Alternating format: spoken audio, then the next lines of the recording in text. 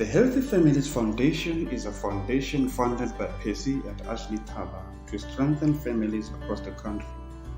The hope is, by strengthening individual families, we will strengthen the entire nation, since every person comes from a home.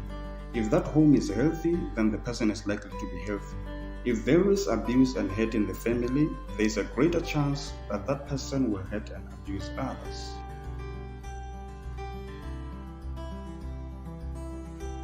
Gender-based violence has been well received in Serowe. The campaign, which targets 1,000 people each day, started at the beginning of this month and is expected to come to an end on the 18th of this month.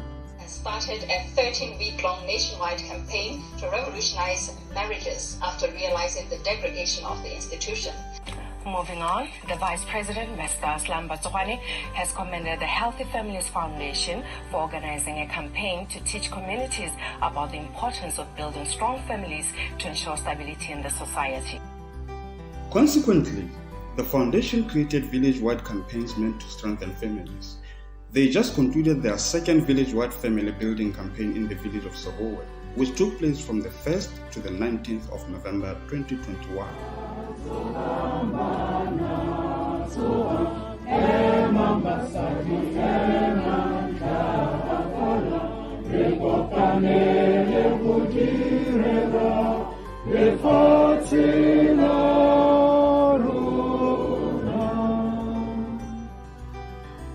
In Serowe, after the opening ceremony, the Thabas invited those interested to be volunteer facilitators to come to another venue for a training session meant to equip the leaders to go out into the community to make a positive impact.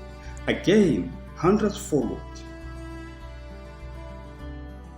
After a successful initial training, every volunteer leader was invited to Serowe College of Education at 900 hours the following morning to be trained on the first chapter of the Thabas marriage book, which would be the curriculum for this 12-day family building campaign.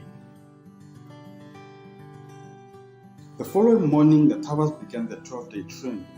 Each day, the Thabas taught a different chapter of their book, Making Marriages Fun. The goal of each morning from 9 to 1100 hours was to train the 104 volunteers on that day's topic in order for them to go out in the afternoon and train others. The next one is, how do you know what your partner's love language?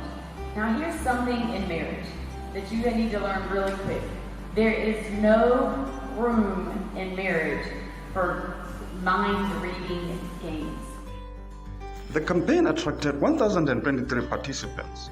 The most important thing to note is that 541 never missed a day for 12 working days. 88 people only missed one day, 49 people only missed 2 days. That means 678 almost never missed a day. That means that in a time where most people are reluctant to commit to come to events and are busy doing their own things, this campaign had a 66% retention rate.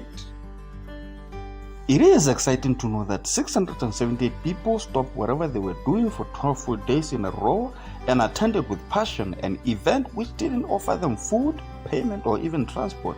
They simply came because they said the teachings changed their lives for the better. We have a couple who have been cohabitating for 2 years. And after the session, now they're intending to get married. The topics have enlightened their eyes. They've seen that it is not good to have cohabitate. One of the participants said she was so abusive, using abusive words to the boyfriend. Now, after she learned a lot from the love languages and the communication, she has realized now she has to stop using some of the vulgar and abusive languages to him. Now it's like the relationship, the spark is coming back again, the lovey-dovey again. After a 12-day life-changing family building campaign, hundreds upon hundreds spoke of how their families will never be the same. Gender-based violence was stopped, marriages revived, suicide stopped, and people testified of how the campaign helped them to stop alcohol abuse, which they had struggled with for years. People who had been depressed had found hope in the small group discussions. All in all, the campaign was a smashing success, and this was evidenced by the excitement of the closing ceremony.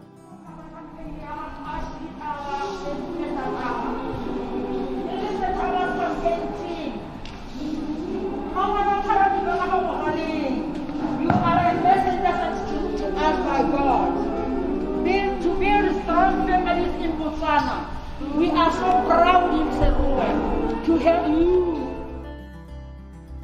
The campaign ended with a high-energy closing ceremony packed with touching testimonies of lives changed. The closing ceremony saw leaders who traveled a long way to witness firsthand what they were hearing through the media. It was graced by the Deputy Permanent Secretary of the Ministry of Nationality, Immigration and Gender Affairs. The Ministry of Defense, Justice and Security sent a representative from the headquarters. The MP's office for Serowe South, the principal of the college and the area councillor were also in attendance. The ceremony ended with a heartwarming display of love towards the Thabas. The people of Serowe pulled their monies together and surprised the Thabas with loads of generous gifts to express their appreciation, to show that the campaign had indeed changed the village of Serowe.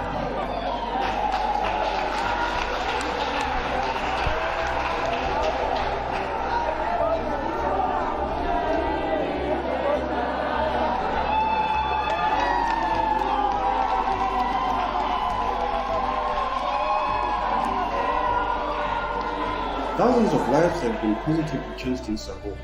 Will your village be next?